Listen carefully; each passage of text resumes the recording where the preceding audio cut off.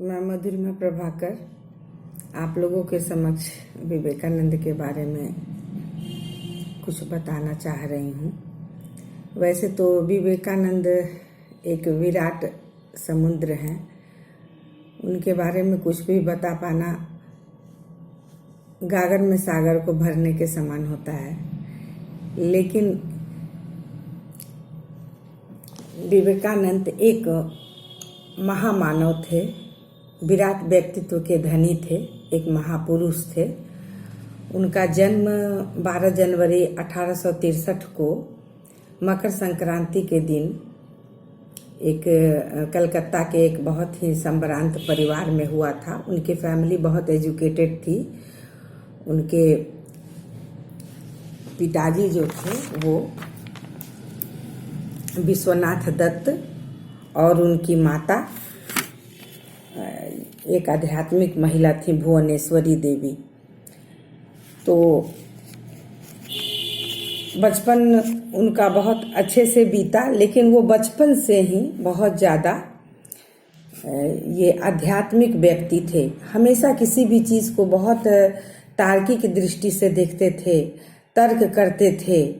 उनको ये ऊंच नीच ये सब भेदभाव बिल्कुल पसंद नहीं था। कहीं भी जाते तो बस उसमें वो अपना तर्क की दृष्टि से वो सारे चीज़ को देखने लगते थे। मैट्रिक की परीक्षा वो प्रेसिडेंसी कॉलेज से पास किए और आगे बैचलर ऑफ आर्ट की डिग्री प्राप्त किए। ये बहुत ही मेधावी थे और सन्यासियों के साथ ये बहुत ज़्यादा रहा करते थे। बचपन से ही इनका बहुत झुकाव रहता था सन्यासियों के प्रति। सन 1881 में ये रामकृष्ण परमहंस के संपर्क में आए और वो उनसे बहुत ज़्यादा प्रभावित रहते थे। बहुत सारे शिष्य उनके थे, लेकिन स्वामी रामकृष्ण परमहंस विवेकानंद के बारे में समझ लिए थे कि ये व्यक्ति बहुत ही मेधावी है और जो चीज़ उनको चाहिए था, गुरु भी वैसे ही शिष्य को चाहता है जिसमें समझ लेता है कि इसमें वो ग्राह्य शक्ति है। तो विवेकानंद के अंदर वो ग्राह्य शक्ति थी जो रामकृष्ण परमहंस को चाहिए था।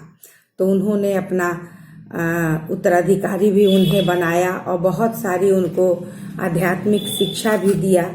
एक बार उनको विश्वास नहीं होता था कि परमहंस बोलते हैं कि भगवान से हम मिलते हैं या साक्षात्कार होती है, तो वो उनसे पूछे कि क्या आप भगवान को देखे हैं?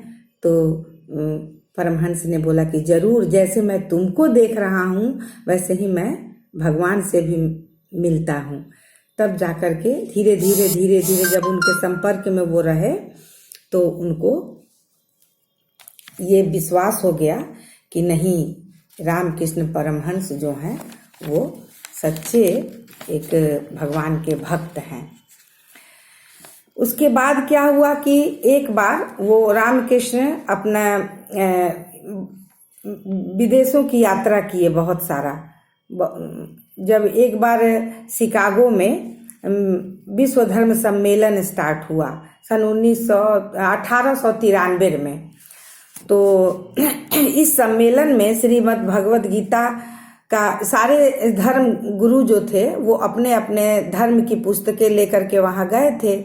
तो वहाँ पर हम लोगों का जो प्रतिनिधित्व कर रहा था वो विवेकानंद थे और उन्होंने श्रीमद् भगवद गीता को वहाँ रखा। तो बातचीत जब स्टार्ट हुआ तो उसमें इन लोगों ने श्रीमद् भगवद गीता का कुछ मजाक उड़ाया। तो श्री नरेंद्र विवेकानंद तो जो सब सुन रहे थे, लेकिन उन्होंने तो गीता का बहुत गहन अध्ययन किया था और गीता पर उन्होंने भक्ति योग और प्रेम योग और कर्म योग ये सब बहुत बड़ी बड़ी पुस्तकें भी लिखी हुई हैं। हम लोगों का जो धर्म ग्रंथ श्रीमद् भगवद गीता है उसमें ये बताया गया है कि निष्काम कर्म क्या होता है, भक्ति क्या होता है, किस तरह से भक्ति के मार्ग पर भी चल करके व्यक्ति ईश्वर को पा सकता है, निष्काम कर्म के माध्यम से भी चल करके आदमी ईश्वर को पा सकता है। और योग मार्ग है उसमें भी इस पर इन्होंने बहुत ही गहन अध्ययन किया था। तो जब ये सम्मेलन में बहुत सारे लोगों के बीच में शिकागो में जब ये खड़े हुए, और वहाँ तो जनरली बोला जाता है डियर सिस्टर्स एंड ब्रदर्स, इन्होंने क्या किया, अपने संबोधन में बोला कि मेरे प्रिय अमेरिका के भाइयों एवं बहनों, इस तरह से जब संबोधन किया। और उसके बाद गीता जैसे गूढ़ ग्रंथ को भी इन्होंने जिस तरह से उसको प्रदर्शित किया, उसके बारे में जिस तरह से बताया, तालियों की गड़गड़ाहट से पूरा हॉल कई मिनट तक तालियां गड़गड़ाती रही थीं और लोगों के रोंगटे खड़े हो गए थे कि इस तरह का भी स्पीच कोई दे सकता है। उसके बाद से तो स्वामी विवेकानंद की वाहवाही होने लगी, चारों तरफ हिंदू धर्म ग्रंथ सनातन धर्म की जय जय होने लगी। उसके बाद करीब 2 वर्षों तक ये वहीं पर रहे, घूमे, अपने धर्म का प्रचार किए। इस तरह से उन्होंने अपना समय बिताया और ये बहुत कम उम्र में ही बहुत कुछ जिंदगी में हासिल कर गए। ये ज्ञान के भंडार थे, ये ईश्वर के बहुत करीब थे। इन्होंने अपने स्पीच में बहुत सारे मोटिवेशनल स्पीच दिए हैं, जो कि यदि कोई व्यक्ति उसमें से थोड़ा बहुत भी अपने जीवन में उतार ले तो मुझे लगता है कि सचमुच में कभी निगेटिविटी का शिकार नहीं होगा। लेकिन हम लोग उनको बहुत अच्छे से पढ़ते नहीं हैं, जिसके कारण कि हम लोगों को ये करना पड़ता। जैसे वो बोलते हैं कि जीवन का एक लक्ष्य निर्धारित करो, अपने पूरे शरीर को उस लक्ष्य की ओर लगा दो, दूसरे विचार को अंदर आने ही नहीं दो। अगर उस विचार पर रात दिन आप मनन करोगे, चिंतन करोगे, कार्य करोगे, तो दुनिया की कोई ताकत आपको सफल बनाने से नहीं रोक सकती। दूसरा, जैसे ये बोलते हैं कि यदि समस्या तो जीवन का अंग है, यदि किसी दिन आपको कोई समस्या नहीं आती है तो समझो कि आप गलत रास्ते पर जा रहे हो। बिल्कुल थॉट को बदल देते हैं ये। दूसरी बात ये बोलते हैं कि जिंदगी का रास्ता जो है वो बना बनाया नहीं मिलता है, उसे स्वयं बनाना पड़ता है। आप जितना मेहनत करोगे, जितना उस पर काम करोगे, उतना ही रास्ता सुंदर अच्छा बनता जाएगा। वो बोलते हैं एक नायक बनो, सदैव ये सोचो कि मुझे किसी का डर नहीं है। आप जब सही काम करोगे तो डर किस बात का है। और स्त्रियों के लिए उन्होंने आप एक बहुत अच्छा बात बोला है कि स्त्रियां विदुषी बने, विद्या अर्जित करें, बुद्धि अर्जित करें, लेकिन अगर पवित्रता की बलि दे करके वो आगे बढ़ रही हैं तो ये उचित काम नहीं है। इसको उन्होंने बहुत गलत माना है। इस तरह से बोलते हैं कि अपने किसी भी चीज का घमंड नहीं करो, जीवन बहुत छोटा है। हम लोग सोचते हैं ना, अरे जीवन बहुत लंबा है, लेकिन अगर जिसके पास काम रहता है उसके लिए जीवन बहुत छोटा होता है। आप इतना काम करो, इतना व्यस्त रहो कि जीवन आपको बिल्कुल छोटा लगने लगे कि अरे ये काम करने में मुझे समय तो बहुत कम है और काम बहुत ज्यादा है। दिल और दिमाग के टकराव में यदि कभी कोई काम आप करते हो और दिल कहता है कि करो और दिमाग कहता है कि नहीं करो, तो हमेशा दिल को ऊपर रखना चाहिए। दिल का संबंध हमेशा परमात्मा से होता है। आप दिल की बातों को सुना करिए। सबसे बड़ा धर्म क्या होता है आपको पता है? स्वामी विवेकानंद में बोला है कि सबसे बड़ा धर्म अपने स्वभाव के प्रति सच्चे होना होता है। स्वयं पर विश्वास करिए, किसी दूसरे पर नहीं। स्वयं पर विश्वास करिए और सच्चे रहिए। जब सच्चे आप रहिएगा तो आपको खुद में बहुत कॉन्फिडेंस रहेगा। आप हमेशा पॉजिटिव रहिएगा, किसी से डरिएगा नहीं और आपका मार्ग खुद ब खुद प्रशस्त होता चला जाएगा। आपको लगेगा कि अरे मैं सच रास्ता प्राप्त, आपकी आत्मा गवाही देगी कि मैं सच रास्ते पर जा रहा हूँ।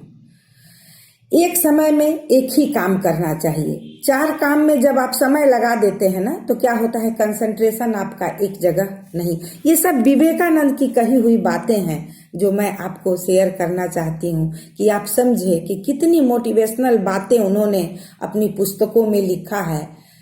बोलते हैं कि वो लोग धन्य होते हैं जो अपने जीवन को दूसरे की सेवा में करते करते नष्ट कर देते हैं। वो लोग धन्य होते हैं। कभी ये नहीं सोचना चाहिए कि मैंने दूसरे के लिए किया, मैंने तीसरे के लिए किया। नहीं, आप अपना जीवन यदि दूसरे की सेवा में लगाते हैं तो आप अपने खुद का मार्ग प्रशस्त करते हैं, आप अपना अगला जीवन सार्थक बनाते हैं। जब तक जीना चाहिए तब तक सीखते रहना चाहिए, अंतिम सांस तक। यदि आपका शरीर साथ देता है तो अंतिम सांस तक सीखते रहिए, जब तक जिंदा रहिए। पवित्रता, धैर्य तथा प्रयत्न के द्वारा सारी बाधाएं दूर हो जाती हैं। पवित्रता रखिए, झूठ, लोभ, मोह ये सब नहीं रखिए।